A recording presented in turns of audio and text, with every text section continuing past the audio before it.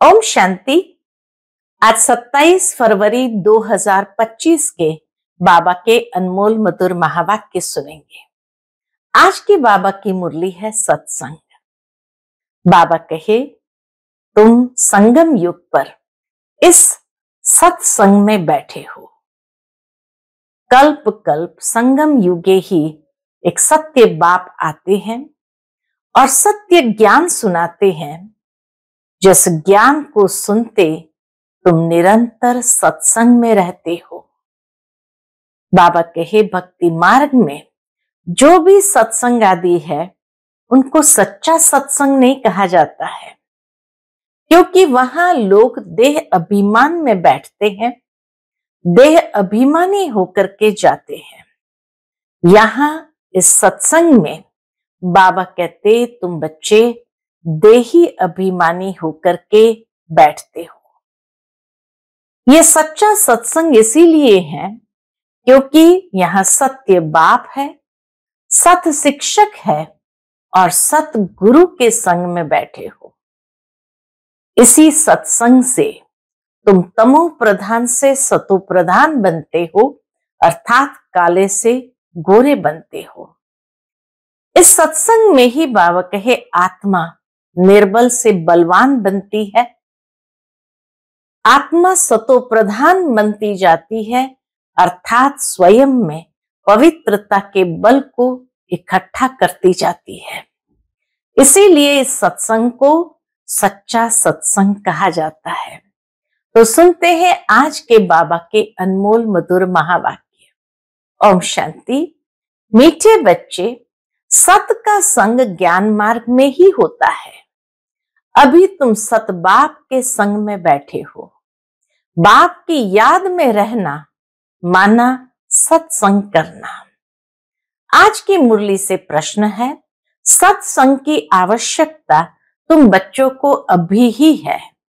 क्यों? उत्तर, क्योंकि तमो प्रधान आत्मा एक सत बाप, सत शिक्षक और सत गुरु के संग से ही सतो प्रधान अर्थात काले से गोरी बन सकती है। बिना सत्संग के निर्बल आत्मा बलवान नहीं बन सकती। बाप के संग से आत्मा में पवित्रता का बल आ जाता है।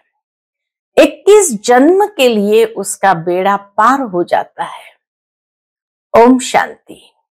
बच्चे सत्संग में बैठे हो। इस सत्य के संग में कल्प कल्प संगम युग पर ही बच्चे बैठते हैं। दुनिया तो यह नहीं जानती कि सत्य का संग किसको कहा जाता है। सत्संग नाम ये अविनाशी चला आता है। भक्ति मार्ग में भी कहते हैं, हम फलाने सत्संग में जाते हैं। अब वास्तव में भक्ति मार्ग में कोई सत्संग में जाते नहीं है। सत्संग होता ही ज्ञान मार्ग में है। अब तुम सत्य के संग में बैठे हो। आत्माएं सतबाप के संग में बैठी है। और कोई जगह आत्माएं परमपिता परमात्मा के संग में नहीं बैठती है। बाप को जानते ही नहीं। बाबा कहे, सबसे पहले बाप को जाने तब तो बाप के संग में बैठ सके। बल कहते हैं हम सत्संग में जाते हैं, परंतु वह देह अभिमान में आ जाते हैं। तुम देह अभिमान में नहीं आएंगे।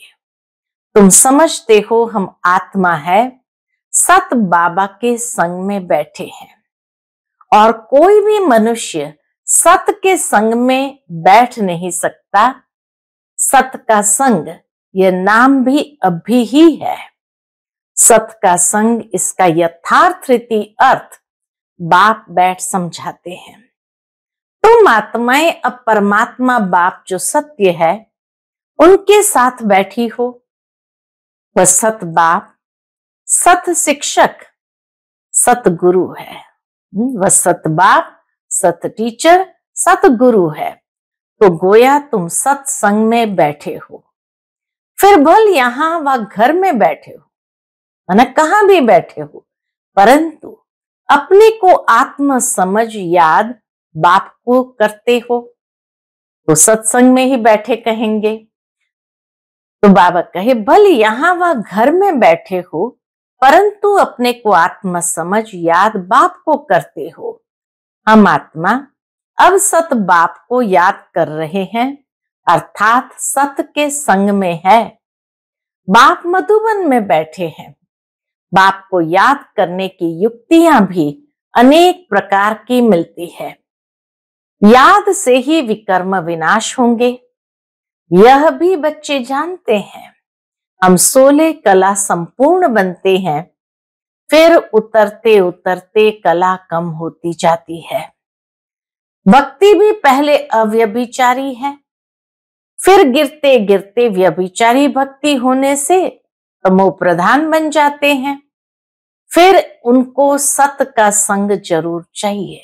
जब एकदम तमो प्रधान भक्ति हो जाए तब बाबा कहे सत का संग जरूर चाहिए, नहीं तो पवित्र कैसे बने। तो अब तुम आत्माओं को सत बाप का संग मिला है। आत्मा जानती है हमको बाबा को याद करना है, उनका ही संग है। याद को भी संग कहेंगे। यह है सत का संग। यह देह होते हुए भी तुम आत्मा मुझे याद करो, यह है सत का संग। जैसे कहते हैं ना, इनको बड़े आदमी का संग लगा हुआ है।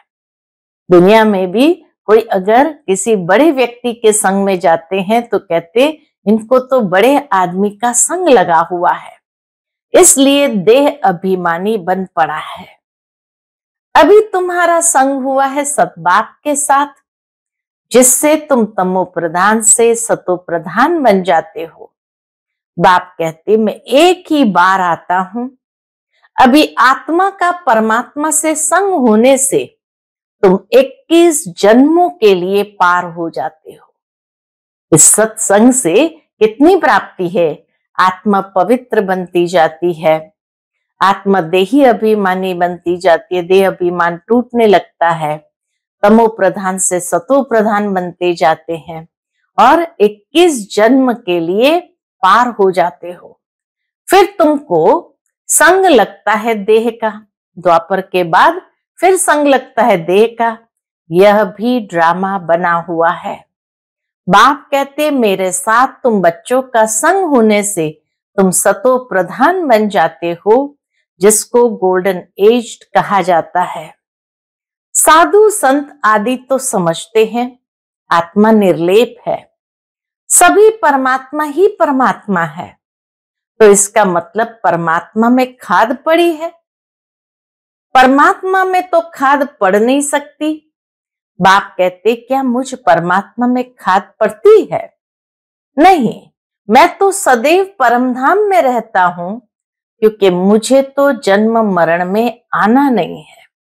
जो जन्म मरण के चक्र में आएगा तो वही आत्मा में खाद पड़ती है, बाकी परमात्मा में तो खाद पड़ती नहीं है।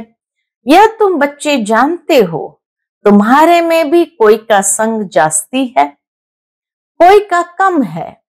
कोई तो अच्छी रीति पुरुषार्थ कर योग में रहते हैं। जितना समय आत्मा बाप का संग करेगी उतना फायदा है। विकर्म विनाश होंगे। बाप कहते हैं आत्माएं मुझ बाप को याद करो, मेरा संग करो। मुझे यह शरीर का आधार तो लेना पड़ता है, नहीं तो परमात्मा बोले कैसे, आत्मा सुने कैसे। अभी तुम बच्चों का संग है सत के साथ। सत बाप को निरंतर याद करना है, आत्मा को सत का संग करना है। आत्मा भी वंडरफुल है, परमात्मा भी वंडरफुल है, दुनिया भी वंडरफुल है, तीनों ही वंडरफुल है। आत्मा भी वंडरफुल, परमात्मा भी वंडरफुल और दुनिया भी वंडरफुल है। यह दुनिया कैसे चक्र लगाती है, वंडर है। तुम सारे ड्रामा में ऑल राउंड पार्ट बजाते हो। तुम्हारी आत्मा में 84 जन्मों का पार्ट नूंदा हुआ है, वंडर है। सतयुगी आत्माएं और आजकल की आत्माएं, उसमें भी तुम्हारी आत्मा सबसे जास्ती ऑलराउंडर है। नाटक में कोई का शुरू से पार्ट होता है, कोई का बीच से, कोई का पिछाड़ी में होता है। वह है सब हद के ड्रामा, वह भी अभी निकले हैं। अब साइंस का इतना जोर है, सतयुग में कितना उनका बल रहेगा। नई दुनिया कितना जल्दी बनती होगी, वहां पवित्रता का बल है मुख्य। अभी है निर्बल, वहां है बलवान। ये लक्ष्मी नारायण बलवान है ना। अभी रावण ने बल छीन लिया है, फिर तुम उस रावण पर जीत पाकर कितना बलवान बनते हो। जितना सत का संग करेंगे, अर्थात आत्मा जितना सतबाप को याद करती है, उतना बलवान बनती है। पढ़ाई में भी बल तो मिलता है ना। याद से भी बल मिलता है, सत के संग से भी बल मिलता, और बाबा कहे पढ़ाई से भी बल मिलता है ना। तुमको भी बल मिलता है, सारे विश्व पर तुम हुक्म चलाते हो। आत्मा का सत के साथ योग संगम पर ही होता है। सिर्फ ये संगम युग पर ही आत्मा का परमात्मा के साथ संग होता है। बाप कहते हैं आत्मा को मेरा संग मिलने से आत्मा बहुत बलवान बन जाती है। बाप वर्ल्ड ऑलमाइटी अथॉरिटी है ना, उन द्वारा बल मिलता है। इसमें सब वेदों शास्त्रों के आदि मध्यंत का ज्ञान आ जाता है। जैसे बाप ऑलमाइटी है, तुम भी ऑलमाइटी बनते हो। विश्व पर तुम राज्य करते हो, तुमसे कोई छीन नहीं सकता। तुमको मेरे द्वारा कितना बल मिलता है, इनको भी बल मिलता है। बाबा कहे तुमको भी मेरे द्वारा बल मिलता है, तो ब्रह्मा बाबा को भी शिव बाबा से बल मिलता है। जितना बाप को याद करेंगे उतना बल मिलेगा। बाप और कोई तकलीफ नहीं देते हैं, सिर्फ याद करना है बस। 84 जन्मों का चक्र अब पूरा हुआ है, अब वापस जाना है। यह समझना कोई बड़ी बात नहीं है। जास्ती रेजगारी में जाने की तो दरकार नहीं है। बीज को जानने से समझ जाते हैं। इनसे ये सारा झाड़ ऐसे निकलता है, नट शेल में बुद्धि में आ जाता है। ये बड़ी विचित्र बातें हैं। भक्ति मार्ग में मनुष्य कितने धक्के खाते हैं, मेहनत करते हैं, मिलता कुछ भी नहीं। फिर भी बाप आकर तुमको विश्व का मालिक बनाते हैं। हम योग बल से विश्व का मालिक बनते हैं। यही पुरुषार्थ करना है। भारत का योग मशहूर है। योग से तुम्हारी आयु कितनी बड़ी हो जाती है। सत के संग से कितना फायदा होता है। बाबा कहे सत के संग से कितना फायदा होता है। आयु भी बड़ी और काया भी निरोगी बन जाती है। ये सब बातें तुम बच्चों की बुद्धि में ही बिठाई जाती है, और कोई का भी सत के साथ संग नहीं है सिवाय तुम ब्राह्मणों के। तुम प्रजापिता ब्रह्मा की संतान हो, दादे पोत्रे हो, तो इतनी खुशी होनी चाहिए ना कि हम दादे पोत्रे हैं। वर्षा भी दादे से मिलता है। यही याद की यात्रा है। बुद्धि में यही सिमरन रहना चाहिए। उन सत्संगों में तो एक जगह जाकर बैठते हो, यहां वह बात नहीं। ऐसे नहीं कि एक जगह बैठने से ही सत का संग होगा, नहीं। उठते बैठते चलते फिरते हम सत के संग में है। सारी मुरली ही सत्संग के ऊपर है। अगर उनको याद करते हैं तो उठते बैठते चलते फिरते हम सत्य के संग में हैं। अगर उनको याद करते हैं तो, याद नहीं है तो देह अभिमान में है। देह तो असत चीज है ना, देह को सत नहीं कहेंगे। शरीर तो जड़ है, 5 तत्वों का बना हुआ है। उनमें आत्मा नहीं होती तो चुरपुर न हो। 5 तत्वों में जब तक आत्मा प्रवेश न करे तब तक चूर-पुर न हो, मनुष्य के शरीर की तो वैल्यू है नहीं, और सबके शरीर की वैल्यू है। सौभाग्य तो आत्मा को मिलना है। मैं फलाना हूं, आत्मा कहती है ना। बाप कहते आत्मा कैसी हो गई है? अंडे, कच्छ, मच्छ सब खा जाते हैं। बाबा कहे इतनी आत्माएं तमो प्रधान हो गई है, जो सात्विक खुराक भी नहीं रहा। अंडे, कच्छ, मच्छ सब खा जाते हैं। हर एक भस्मासुर है, अपने को आप ही भस्म करते हैं। कैसे? काम चिता पर बैठ हर एक अपने को भस्म कर रहे हैं, तो भस्मासुर ठहरे ना। अभी तुम ज्ञान चिता पर बैठ देवता बनते हो। सारी दुनिया काम चिता पर बैठ भस्म हो गई है, तमो प्रधान काली हो गई है। बाप आते हैं बच्चों को काले से गोरा बनाने, तो बाप बच्चों को समझाते हैं, दे अभिमान छोड़, अपने को आत्मा समझो। बच्चे स्कूल में पढ़ते हैं, फिर पढ़ाई तो घर में रहते भी बुद्धि में रहती है ना। यह भी तुम्हारी बुद्धि में रहनी चाहिए। यह है तुम्हारी स्टूडेंट लाइफ। एम ऑब्जेक्ट सामने खड़ी है, उठते बैठते चलते बुद्धि में यह नॉलेज रहनी चाहिए। यहां बच्चे आते हैं, इसलिए बाबा के मधुबन में बच्चे आते हैं, रिफ्रेश होते हैं। युक्तियां समझाई जाती है कि ऐसे ऐसे समझाओ। दुनिया में ढेर के ढेर सत्संग होते हैं, कितने मनुष्य आकर इकट्ठे होते हैं। वास्तव में वह सत्य का संग तो है नहीं। सत्य का संग तो अभी तुम बच्चों को ही मिलता है।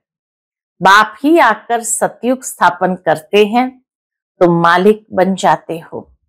देह अभिमान अथवा झूठे अभिमान से तुम गिर पड़ते हो, और सत्य के संग से तुम चढ़ जाते हो। आधा कल्प तुम प्रारब्ध भोगते हो। ऐसे नहीं कि वहां भी तुमको सत्य का संग है, नहीं। सत्य का संग और झूठ का संग तब कहते हैं जब दोनों हाजिर है, सच भी है झूठ भी है। सत बाप जब आते हैं, वही आकर सब बातें समझाते हैं। जब तक वह सत बाप नहीं आए, तब तक कोई जानते भी नहीं है। अब बाप तुम बच्चों को कहते हैं, हे आत्माएं, मेरे साथ संग रखो। देह का जो संग मिला है, उनसे उपराम हो जाओ। देह का संग भल सतयुग में भी होगा, परंतु वहां तुम हो ही पावन। अभी तुम सत के संग से पतित से पावन बनते हो, फिर शरीर भी सतो प्रधान मिलेगा, आत्मा भी सतो प्रधान रहेगी। अभी तो दुनिया भी तमो प्रधान है। दुनिया नई और पुरानी होती है। नई दुनिया में बरोबर आदि सनातन देवी देवता धर्म था। आज उस धर्म को गुम कर आदि सनातन हिंदू धर्म कह देते हैं। मूंझ पड़े हैं। अभी तुम भारतवासी समझते हो हम प्राचीन देवी देवता धर्म के थे, सतयुग के मालिक थे, परंतु वह नशा कहां। कल्प की आयु ही लंबी लिख दी है, सब बातें भूल गए हैं। इनका नाम ही है भूल भुलैया का खेल। अभी सत बाप द्वारा तुम सारी नॉलेज जानने से ऊंच पद पाते हो, फिर आधा कल्प बाद नीचे गिरते हो, क्योंकि रावण राज्य शुरू होता है। दुनिया पुरानी तो होगी ना। तुम समझते हो हम नई दुनिया के मालिक थे, अभी पुरानी दुनिया में है। कोई कोई को यह भी याद नहीं पड़ता है, बाबा हमको स्वर्गवासी बनाते हैं। आधा कल्प हम स्वर्गवासी रहेंगे, फिर आधा कल्प बाद नीचे गिरते हो, क्योंकि रावण राज्य शुरू होता है। बाबा कहे इसलिए नीचे गिरते जाते हैं। दुनिया पुरानी तो होगी ना। तुम समझते हो बाबा हमको क्या बनाते हैं? बाबा हमें स्वर्गवासी बनाते हैं। आधा कल्प हम स्वर्गवासी रहेंगे, फिर नरकवासी बनेंगे। तुम भी मास्टर ऑलमाइटी बने हो नंबरवार पुरुषार्थ अनुसार। बाप समान बनते जाते तो बाबा कहे नंबरवार पुरुषार्थ अनुसार। यह है ज्ञान अमृत का डोज। इस सत्संग में क्या मिलता है? ज्ञान अमृत का डोज। शिव बाबा को ऑर्गन्स मिले हैं पुराने, नया ऑर्गन्स तो मिलता नहीं, पुराना बाजा मिलता है। बाप आते भी वानप्रस्थ में ही है। बच्चों को खुशी होती है तो बाप भी खुश होते हैं। बाप कहते हैं हम जाते हैं बच्चों को नॉलेज दे रावण से छुड़ाने। पाठ तो खुशी से बजाया जाता है ना। बाप बहुत खुशी से पाठ बजाते हैं। बाप को कल्प कल्प आना पड़ता है। यह पाठ अभी बंद नहीं होता है। बच्चों को बहुत खुशी रहनी चाहिए। जितना सत का संग करेंगे उतना खुशी होगी। जितना सत के संग में रहेंगे उतनी बाबा कहे तुम बच्चों को खुशी होगी। याद कम करते हैं इसलिए इतनी खुशी नहीं रहती है। बाप बच्चों को मिल्कियत देते हैं। जो बच्चे सच्ची दिल वाले हैं उन पर बाप का बहुत प्यार रहता है। कहते ना सच्ची दिल पर साहब राजी। तो इसीलिए बाबा कहे जो बच्चे सच्ची दिल वाले हैं उन पर बाबा का प्यार भी बहुत रहता है। सच्चे दिल पर साहब राजी रहते हैं। अंदर बाहर जो सच्चे रहते हैं बाप के मददगार बनते हैं। बाबा को मदद चाहिए हमारी सच्चाई की। तो बाबा कहे जो अंदर बाहर सच्चे रहते हैं बाप के मददगार बनते हैं। सर्विस पर तत्पर रहते हैं वही बाप को प्रिय लगते हैं।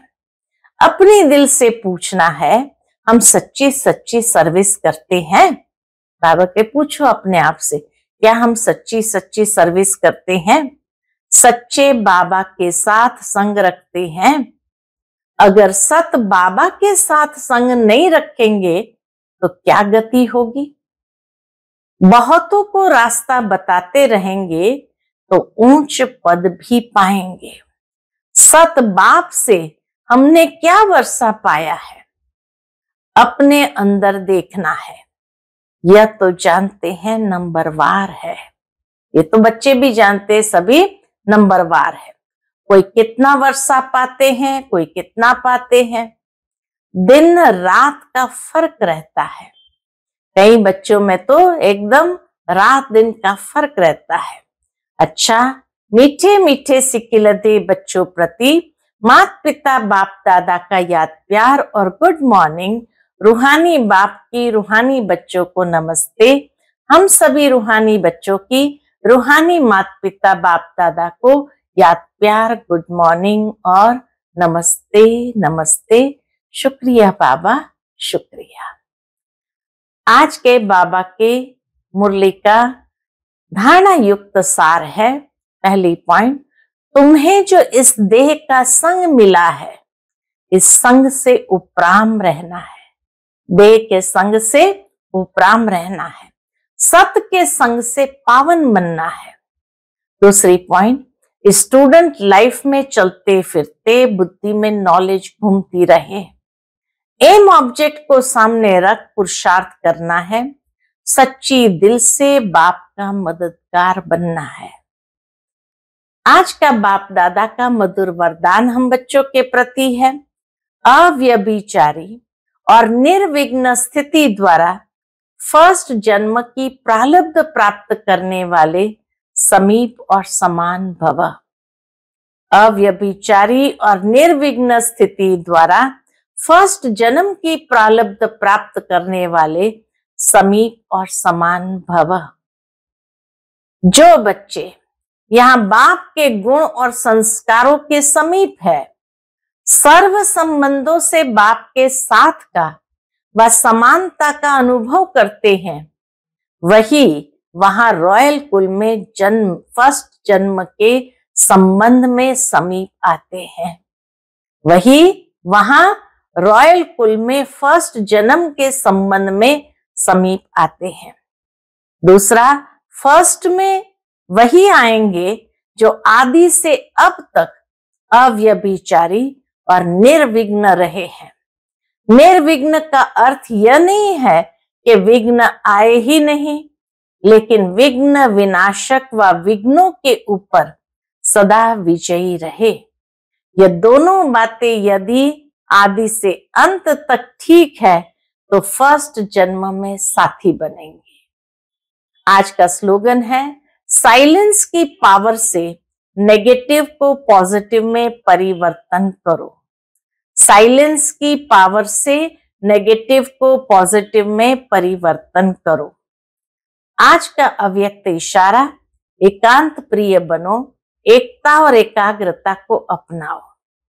एकांतवासी अर्थात सदा स्थूल एकांत के साथ साथ एक के अंत में रहना।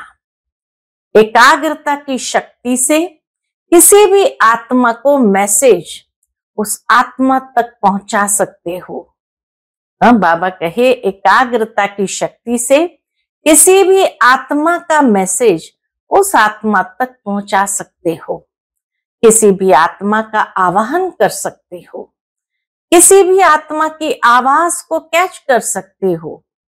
किसी भी आत्मा को दूर बैठे सहयोग दे सकते हैं। अच्छा, ओम शांति।